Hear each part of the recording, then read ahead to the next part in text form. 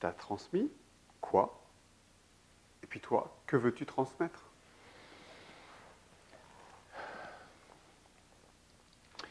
La transmission, c'est juste essentiel. Hein. C'est peut-être ce qui a permis à l'humanité de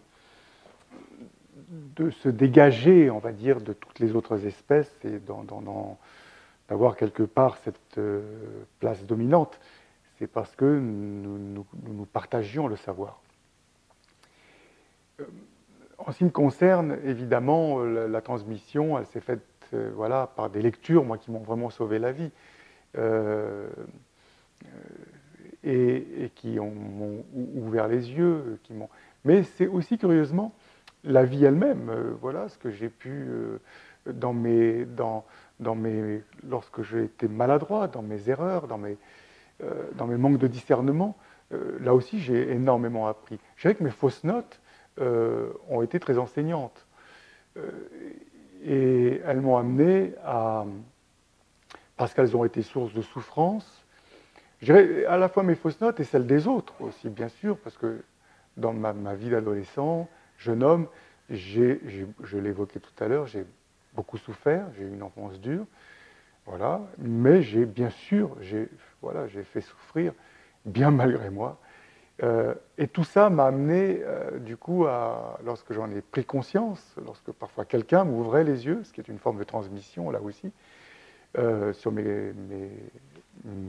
comportements, bien, ça m'a amené énormément à réfléchir, à me poser des questions sur le sens de tout ça et à affiner finalement l'être que je suis.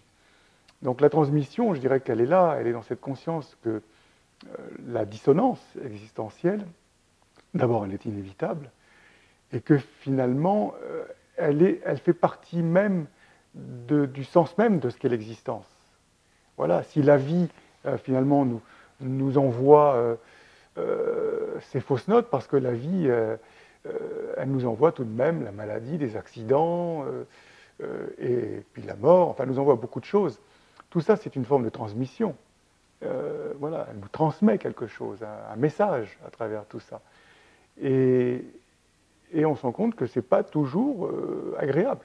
Voilà. Et je crois que quand on regarde une partition de Mozart, eh bien là aussi, il y a curieusement des fausses notes. Et on se rend compte que cette dissonance, ou chez Bach, ces dissonances ne sont là que pour finalement nous inviter à changer de tonalité, à changer d'univers.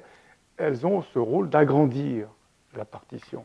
Voilà. Et c'est ça, fondamentalement, je crois, moi, ce que j'ai envie de transmettre aujourd'hui, c'est que la dissonance n'est pas coupable, parce que dans ce cas-là, la vie serait coupable, Dieu serait coupable, et c'est juste impossible. Voilà, ce serait juste impossible de vivre ainsi. Ça, il y a un sens derrière ça. Et le sens, le voici, et c'est ça que je veux transmettre. Le sens, c'est que toutes les fausses notes qui nous sont envoyées sont là pour, je l'ai dit tout à l'heure, pour nous agrandir, et surtout pour nous apprendre une chose fondamentale, pour nous apprendre l'amour.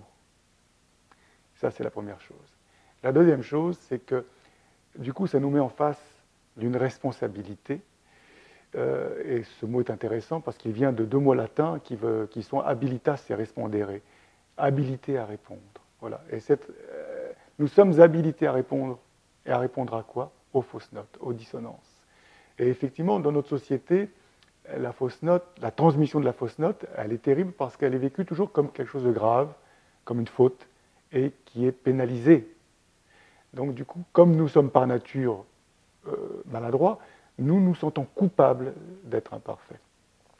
Or, la dissonance, c'est l'invitation à l'accueillir, et surtout pourquoi? Pour l'harmoniser.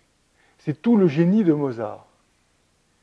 C'est ça ma transmission aujourd'hui, c'est de dire que la fausse note, quand la vie nous envoie des fausses notes, ça va être une séparation, ça va être la maladie, l'accident, enfin voilà, je ne vais pas vous apprendre la vie. Ben, la plupart des gens se plaignent, se lamentent, gênent, condamnent, montrent du doigt, culpabilisent, sont en colère, ont de la rancœur, etc. Mais ils n'ont rien compris.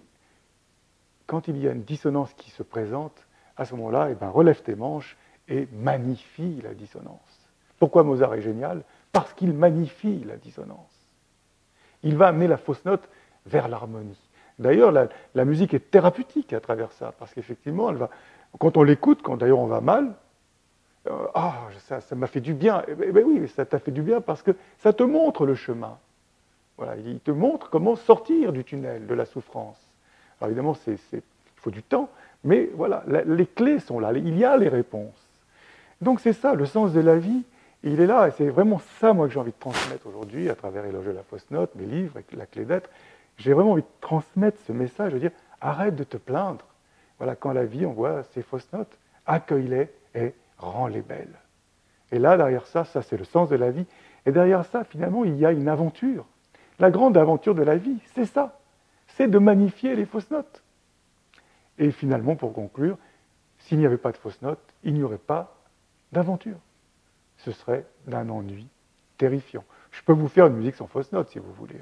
Ça va donner ça. Je fais comme ça, tout doucement.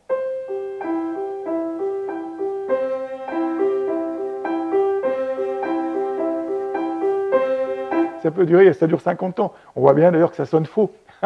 Voilà, c'est pas possible, c'est juste invivable. On a besoin de la dissonance, elle est nécessaire, parce qu'elle nous ouvre, et elle agrandit notre cœur. Merci beaucoup, Marc.